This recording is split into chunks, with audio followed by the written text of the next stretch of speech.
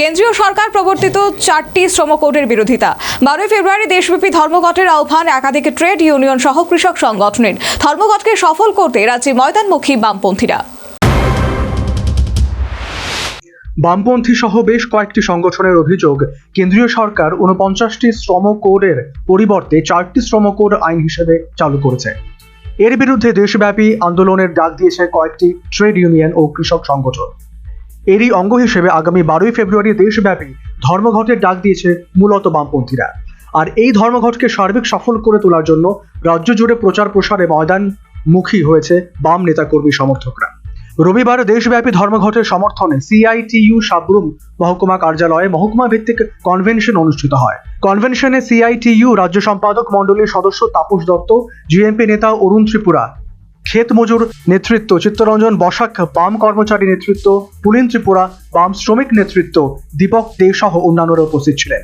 কনভেনশনে বাম শ্রমিক নেতৃত্ব তাপস দত্ত আগামী 12 ফেব্রুয়ারি ধর্মঘটের সমর্থনে বক্তব্য পেশ করেন। একসঙ্গে তুলে দিয়ে ওরা ঠিক করেছে মজুরি সংক্রান্ত আইন, এবং সেই আইনের মধ্যে মজুরি সংক্রান্ত যা সিদ্ধান্ত গ্রহণ করা হয়েছে, এক কথায় বলতে গেলে এই মজুরি ঠিক করবার ক্ষেত্রে মালিক ঠিক করবে। আপনার পোষালে সেই মজুরিতে আপনি কাজ করবেন, তাহলে আপনি বাড়ি চলে যাবেন। এটা শ্রমিক সংক্রান্ত বিষয়ে, শ্রমিক সংক্রান্ত বিষয়ে এই নীতি চলতে পারে না, পৃথিবীতে এটা নেই। বরাবর শ্রমিকরা দর কষাকষির মধ্যে দিয়ে, মালিকের সঙ্গে এই দর কষাকষির মধ্যস্থতার মধ্যে দিয়ে, ত্রিপাক্ষিক আলোচনার মধ্যে দিয়ে এই মজুরি ঠিক হয়। এই মজুরি একতরফাভাবে মালিক ঠিক করতে পারে না। বর্তমান শ্রম কোডে এই একতরফা মজুরি, বোনাসের ব্যবস্থাপনা, ইকুয়াল ওয়েজেস, এই সমস্ত কিছু তুলে দিয়ে একটাই শ্রম কোড মজুরি সংক্রান্ত বলে তারা এমন আইন তৈরি করেছেন যা ভারতবর্ষের শ্রমজীবী মানুষের মজুরি সংক্রান্ত আর কোনো কথা বলবার অধিকার থাকবে না। তিনি বলেন, এই ধর্মঘটের সমর্থনে একাধিক সংগঠন সামিল হয়েছে, কিন্তু বিএমএস এই ধর্মঘটে সামিল হয়নি।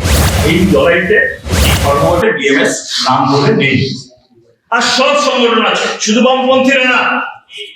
কিন্তু এই বিএমএস এর একজন সাধারণ শ্রমিকের কাছে গিয়ে যদি বলেন যে ভাই তোমার মজুরি কত হবে এটা ঠিক করবে মালিক, তুমি কোনো কথা বলতে পারবে না, তাহলে কি মানবে?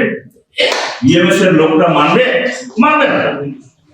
তো সুতরাং সেদিক থেকে আমরা বলছি প্রচারের যত বেশি আমরা ইন্টেন্সিফাই করতে পারবো, অর্থাৎ যত বেশি নিবিড় থেকে নিবিড়তর করতে পারবো, তার মধ্যে দিয়ে ওই মানুষকে আমরা বোঝাতে পারবো, আমরা সাধারণ মানুষের কাছে যেতে পারবো, তার মধ্যে দিয়ে আমরা এই কথা।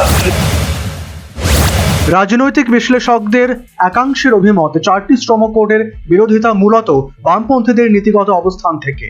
আর এই ইস্যুকে সামনে রেখে একদিকে যেমন নীতিগত বিরোধিতা করা হচ্ছে, তেমনি গোটা দেশে ধর্মঘট আহ্বানকারী সংগঠনগুলির সাংগঠনিক শক্তি কতটুকু রয়েছে তাও যাচাই করার পন্থা মাত্র। Bureau report, news vanguard.